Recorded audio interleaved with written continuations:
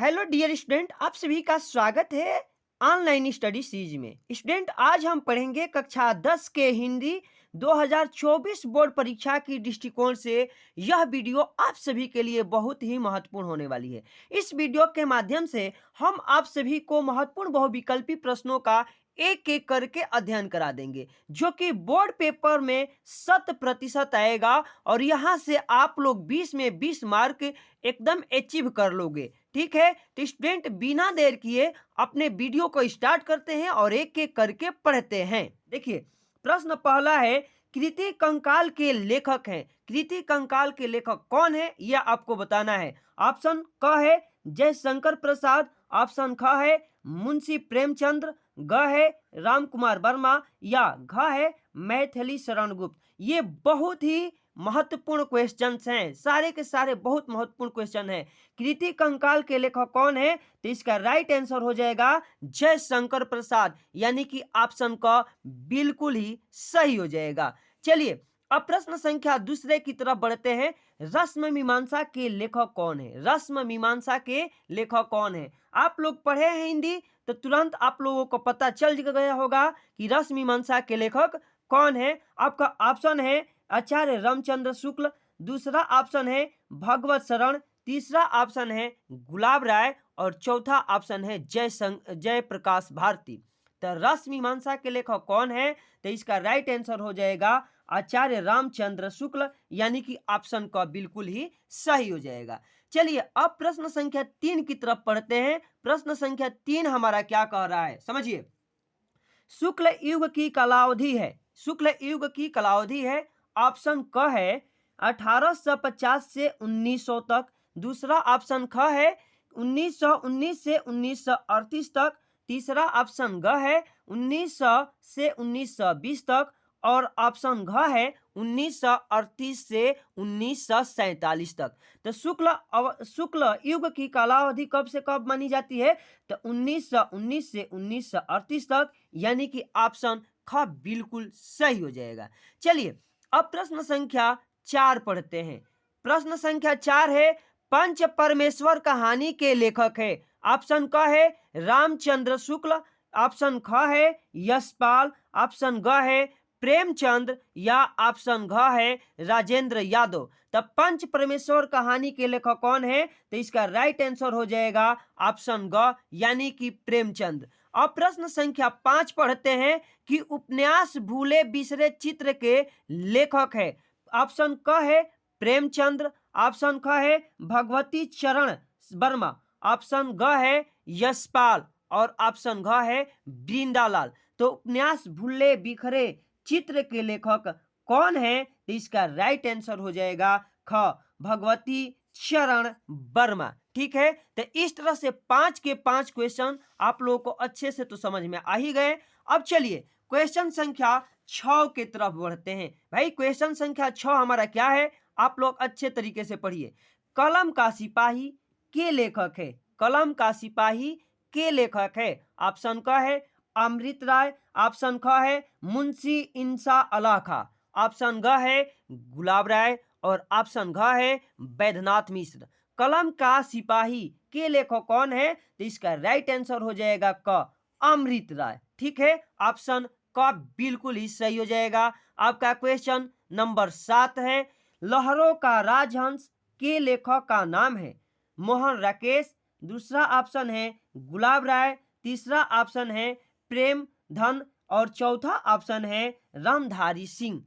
ठीक है, तो लहरों का राजहंस के लेखक कौन है, तो इसका राइट आंसर हो जाएगा मोहन राकेश। ठीक है, अब प्रश्न संख्या 8 पढ़ते हैं। प्रश्न संख्या 8 क्या है, भगवत शरण उपाध्याय द्वारा रचित निबंध कौन सा है। आप लोगों को बताना है कि भगवत शरण उपाध्याय द्वारा रचित निबंध कौन सा है और ऑप्शन है ठूठा आम, ऑप्शन ख है दृष्टिकोण, ऑप्शन ग है ठेले पर हिमालय और ऑप्शन घ है नदी के द्वीप। तो भगवत शरण उपाध्याय द्वारा रचित निबंध कौन सा है, तो इसका राइट आंसर हो जाएगा ठूठा आम, यानी कि ऑप्शन क बिल्कुल ही सही हो जाएगा।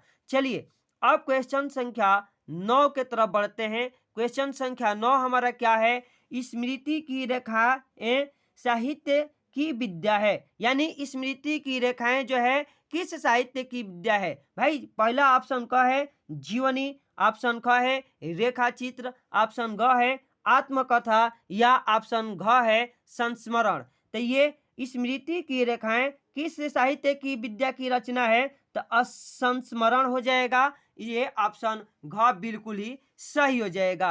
अब प्रश्न संख्या 10 के तरफ पढ़ते हैं। निम्नलिखित में से यात्रा साहित्यकार है कौन से? भाई यात्रा साहित्यकार कौन से लेखक हैं? ऑप्शन क है जयशंकर प्रसाद, ऑप्शन ख है प्रेमचंद्र, ऑप्शन ग है राहुल सत्यकृत्यायन या ऑप्शन घ है हजारी प्रसाद द्विवेदी। तो यात्रा साहित्यकार किसको मानते हैं? तो इसका राइट आंसर घ हो जाएगा राहुल सत्यकृत्यायन को। ठीक है, ऑप्शन घ बिल्कुल ही सही हो जाएगा। चलिए अब प्रश्न संख्या 11 के तरफ पढ़ते हैं। 11 प्रश्न क्या है? ललित ललाम के रचयिता है। ललित ललाम के रचयिता कौन है? पद्माकर, ऑप्शन ख है भूषण, ऑप्शन ग है मतीराम और ऑप्शन घ है बिहारी। तो ललित ललाम के रचयिता कौन है? तो इसका राइट आंसर हो जाएगा ग यानी कि मतीराम जी है। तो इस तरह से 11 के 11 क्वेश्चन यहाँ पे क्या है कंप्लीट हो गए, जो कि बहुत ही महत्वपूर्ण है। अब क्वेश्चन संख्या 12 के तरफ बढ़ते हैं। भाई 12 क्वेश्चन क्या है हमारा? देखिए क्वेश्चन संख्या 12 है केशव दास किस काव्य धारा के कवि है? केशव दास किस काव्य धारा के कवि है? ऑप्शन तो ऐसे दिखने पर लग रहा है कि सब एक ही जैसा है, लेकिन ध्यान से देखिए। रीतिबद्ध, दूसरा ऑप्शन है रीति सिद्ध, तीसरा ऑप्शन है रीति मुक्त और चौथा ऑप्शन है प्रयोगवादी। तो केशव दास किस काव्य धारा के कवि है? तो इसका राइट आंसर क हो जाएगा रीतिबद्ध काव्य धारा के कवि है। अब प्रश्न संख्या 13 पढ़ते हैं। निम्न में से प्रयोगवाद के दो विशेषताएं कौन सी हैं? प्रयोगवाद के दो विशेषताएं आपको बताना है। घोर व्यक्तिकता, यथार्थवादी दृष्टिकोण, ऑप्शन ग है क एवं ख दोनों और ऑप्शन घ है नारी के प्रति परिवर्तन। तो प्रयोगवाद की दो विशेषताएं कौन कौन सा हो जाएगा? तो इसका राइट आंसर ग होगा क एवं ख यानी कि घोर व्यक्तिकता एवं यथार्थवादी दृष्टिकोण दोनों ही हो जाएगा, यानी कि ऑप्शन ग बिल्कुल सही हो जाएगा। अब चलिए प्रश्न 14 की तरफ चलते हैं। प्रश्न संख्या 14 क्या है? साकेत महाकाव्य की रचना किसने की? साकेत महाकाव्य की रचना कौन किसने की या कौन किए? ठीक है, ऑप्शन है मैथिली शरण, दूसरा ऑप्शन है जयशंकर प्रसाद, तीसरा ऑप्शन ग है हरिऔध या ऑप्शन चौथा घ है नागार्जुन। तो साकेत महाकाव्य की रचना कौन किए थे? तो इसका राइट आंसर क हो जाएगा मैथिली शरण जी किए थे, तो क हो जाएगा। चलिए अब प्रश्न संख्या 15 पढ़ते हैं। राम कुमार वर्मा द्वारा रचित प्रबंध काव्य है। राम कुमार वर्मा द्वारा रचित प्रबंध काव्य है। ऑप्शन है आंसू, दूसरा ऑप्शन है यमा, तीसरा ऑप्शन ग है चौखे चौबदे और ऑप्शन घ है उत्तरायण। तो देखिए राम कुमार वर्मा द्वारा रचित प्रबंध काव्य क्या है? तो उत्तरायण है, यानी कि ऑप्शन घ बिल्कुल ही सही हो जाएगा। अब प्रश्न संख्या 16 के तरफ बढ़ते हैं। प्रश्न संख्या 16 क्या है? रीति काल की रचना है रामचरितमानस, रामचंद्रिका, प्रिय प्रवास या प्रेम माधुरी। तो रीति काल की रचना इसमें से कौन सा है आपको बताना है। तो इसका राइट आंसर हो जाएगा रामचंद्रिका, यानी कि ऑप्शन ख बिल्कुल ही सही हो जाएगा। रामचंद्रिका जो है रीति काल की रचना है। अब ऑप्शन प्रश्न संख्या 17 पढ़ते हैं। 17 क्या है? आंगन के पार द्वार के रचयिता है। आंगन के पार द्वार के रचयिता है। ऑप्शन क है जयशंकर प्रसाद, ऑप्शन ख है प्रेम वाटिका, ऑप्शन ग है सचिदानंद अज्ञेय और ऑप्शन घ है राम नरेश त्रिपाठी। तो आंगन के पार द्वार के रचयिता कौन से हैं? तो इसका राइट आंसर हो जाएगा ऑप्शन ग सचिदानंद अज्ञेय, यानी कि ऑप्शन ग बिल्कुल ही सही हो जाएगा। इस तरह से आपका 17 के 17 क्वेश्चन कहाँ हो जाएंगे, कंप्लीट हो जाएंगे। अब क्वेश्चन संख्या 18, 18 को पढ़ते हैं। तो 18 हमारा क्वेश्चन क्या है, ध्यान से पढ़िए। सुमित्रा नंदन पंत की रचना है, इनमें से कौन सी रचना है जिसे सुमित्रा नंदन पंत ने रचना की है या लिखा है। ऑप्शन क है ज्ञानदीप, ऑप्शन ख है प्रेम वाटिका, ऑप्शन ग है क्षणदा और ऑप्शन घ है युगवाणी। तो सुमित्रा नंदन पंत के द्वारा जो इसमें से रचना है वो है युगवाणी, यानी कि ऑप्शन घ बिल्कुल ही सही हो जाएगा। अब प्रश्न संख्या 19 को पढ़ते हैं। तीसरा सप्तक कब प्रकाशित हुआ था, तीसरा सप्तक कब प्रकाशित हुआ था, 1951 ईस्वी में, 1943 ईस्वी में, 1959 ईस्वी में, या ऑप्शन घ है 1979 ईस्वी में। तो तीसरा सप्तक कब प्रकाशित हुआ था, तो वो ऑप्शन ग बिल्कुल सही हो जाएगा, 1959 ईस्वी में।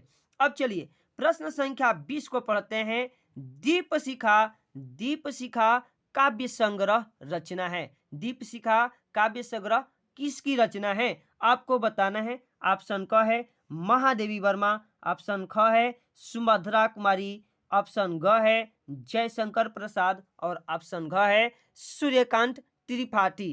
तो दीपशिखा काव्य संग्रह किसकी रचना है भाई, तो इसका राइट आंसर हो जाएगा क, यानी कि ऑप्शन क महादेवी वर्मा। चलिए 21 नंबर क्वेश्चन पढ़ते हैं। 21 नंबर क्वेश्चन हमारा कहाँ से है, तो ग्रामर सेक्शन से है। हंसी हंसी भजे देखी दुल्ह दिगंबर को, पाहुनी जे आवे हिमालय के उछाट में, रस की पहचान करे। ये हमारा प्रश्न क्या कह रहा है कि इसमें रस की पहचान करे। तो देखिए यहाँ ही सबसे पहले ही दिख गया हंसी हंसी, यानी हंस हंस करके। अब इसमें हमें रस पहचानना है। ऑप्शन क है श्रृंगार रस, ऑप्शन ख है हास्य रस, ऑप्शन ग है करुण रस और ऑप्शन घ है वीर रस। तो इसमें रस कौन से हो जाएगा भाई, तो इसमें रस जो होगा हंसी हंसी, हंसी हंसी मतलब हंस हंस करके, तो इसमें हास्य रस हो जाएगा, क्योंकि वीर रस यहाँ होगा नहीं, श्रृंगार और करुण रस का कोई चांस ही नहीं है। तो यहाँ ऑप्शन क्या हो जाएगा, ख हास्य रस बिल्कुल हो जाएगा। ठीक है। अब प्रश्न संख्या 22 पढ़ते हैं। 22 हमारा क्या है कि हरिमुख मनहु मयंक पंक्ति में अलंकार है, हरिमुख मनहु पयंकी में पंक्ति में अलंकार है, ये आपको बताना है। तो आप लोग एक बात ध्यान दीजिएगा, कहीं पर भी यदि मनहु जनहु मनो जनो, मनहु जनहु मनो जनो, यदि शब्द आप सबको दिख जाए तो तुरंत वहां पे कौन सा ऑप्शन मार दीजिएगा, उत्प्रेक्षा। तो इसका राइट आंसर क हो जाएगा, कौन सा अलंकार हो जाएगा, उत्प्रेक्षा। चलिए अब प्रश्न संख्या 23 पढ़ते हैं। वह कब लौटेगा, हमको लिखा क्या दिख गया है, वह कब लौटेगा, ये प्रश्नवाचक चिन्ह है। अब आपको बताना है, ये तो बहुत ही सरल और आसान क्वेश्चन है। अर्थ के आधार पर वाक्य का भेद बताइए, इसके अर्थ के आधार पर हमें वाक्य का आधार बताना है, वाक्य का भेद बताना है। पहला ऑप्शन है प्रश्नवाचक वाक्य, दूसरा है विस्मयवाचक, तीसरा ऑप्शन ग है संदेहवाचक और चौथा ऑप्शन घ है संकेतवाचक।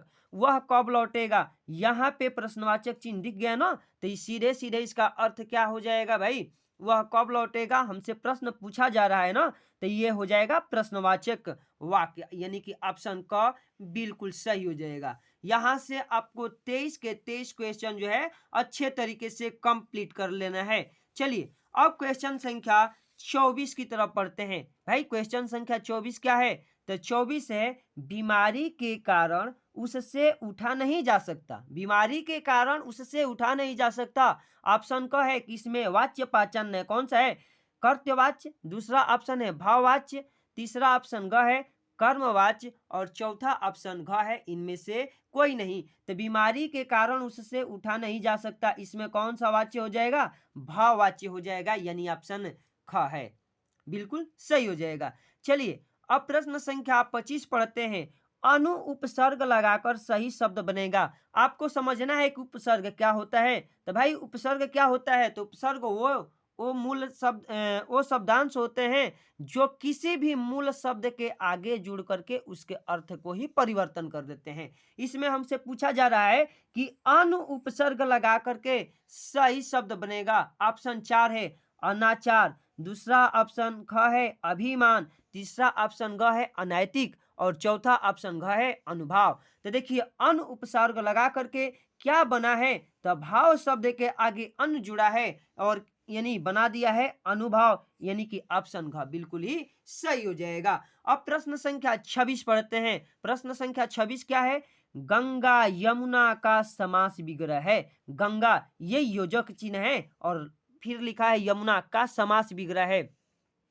ऑप्शन क है गंगा और यमुना, ऑप्शन ख है गंग प्लस यमुना और ऑप्शन ग है गंगा गंगा यमुना एक ही में लिखा गया है और ऑप्शन घ है गंगा धन यमुना। तो देखिए जब भी समास विग्रह होगा ये तो प्लस वाले चिन्ह तो ऐसे ही हट जाएंगे और गंगा यमुना का एक में लिखने से इसका समास विग्रह ये नहीं हो जाएगा। गंगा यमुना का समास विग्रह क्या हो जाएगा, गंगा और शब्द जुड़ जाएगा, यहाँ पे और शब्द जुड़ करके गंगा और यमुना हो जाएगा। माता पिता में होता है माता और पिता। ठीक है, चलिए अब ऑप्शन प्रश्न संख्या 27 पढ़ते हैं। प्रश्न संख्या 27 क्या है, तालाब शब्द का तस्तम रूप क्या है। भाई तालाब शब्द का तस्तम रूप क्या होता है, ऑप्शन क है समुद्र, ऑप्शन ख है झील, ऑप्शन ग है तड़ाग और ऑप्शन घ है गड्ढा। तो तालाब शब्द का जो तत्सम रूप होता है वो होता है ग तड़ाग। क्या होता है, तड़ाग। और प्रश्न संख्या 28 है, नेह तद्भव शब्द का तस्तम रूप होगा। नेह तद्भव तद्भव शब्द का तस्तम रूप हो क्या होगा, ऑप्शन क है नवीन, ऑप्शन ख है नक्षत्र, ऑप्शन ग है निष्ठुर और ऑप्शन घ है स्नेह। तो देखिए नेह जो है, नेह तद्भव शब्द का तस्तम रूप क्या हो जाएगा, स्नेह हो जाएगा, यानी कि स्नेह होता है, ऑप्शन घ बिल्कुल ही सही हो जाएगा। अब प्रश्न संख्या 28 को पढ़ते हैं। प्रश्न संख्या 28 क्या है, बादल शब्द के पर्यायवाची है। बादल शब्द के पर्यायवाची आपको बताना है। ऑप्शन क है पिलांक और सस्य, दो दो पर्यायवाची दिया गया है। ऑप्शन ख है अम्बुद एवं पयोद, ऑप्शन ग है तणित एवं चपला, ऑप्शन घ है वृष्टि बौछार। ठीक है, तब बादल शब्द का पर्यायवाची शब्द क्या हो जाएगा, तो इसका राइट आंसर ख हो जाएगा अम्बुद एवं पयोद। ठीक है, अम्बुद एवं पयोद। अब प्रश्न संख्या 30 हमसे क्या कह रहा है, आग शब्द का पर्यायवाची नहीं है। यहाँ पे ध्यान देना है, नहीं है। बहुत सारे बच्चे तुरंत आग शब्द का पर्यायवाची देख करके अनल मार करके आगे बढ़ जाएंगे। ठीक है, तो ऐसा नहीं करना है। आग शब्द का पर्यायवाची नहीं है। ऑप्शन है अनल, दूसरा ऑप्शन ख है दहन, तीसरा ऑप्शन ग है अनिल और चौथा ऑप्शन घ है पावक। तो देखिए अनल आग का होता है, दहन आग का ही होता है, अनिल ये जो होता है हवा का होता है। किसका होता है, हवा का। और ऑप्शन घ जो है पावक, ये भी आग का ही होता है। तो आग शब्द का पर्यायवाची नहीं है, तो इसका राइट आंसर ग हो जाएगा, यानी कि अनिल नहीं है, अनिल हवा का पर्यायवाची है। तो इस तरह से स्टूडेंट पूरे 30 के 30 जो भी मोस्ट बहुविकल्पी हिंदी के प्रश्न थे उन सबको मैंने अच्छे तरीके से आप सभी को पढ़ा दिया। ठीक है, तो अगर स्टूडेंट हमारी ये वीडियो आप सभी को अच्छी लगी है तब वीडियो को लाइक करिए और हमारे चैनल पर यदि पहली बार विजिट किए हैं तो हमारे चैनल को सब्सक्राइब कर लीजिए।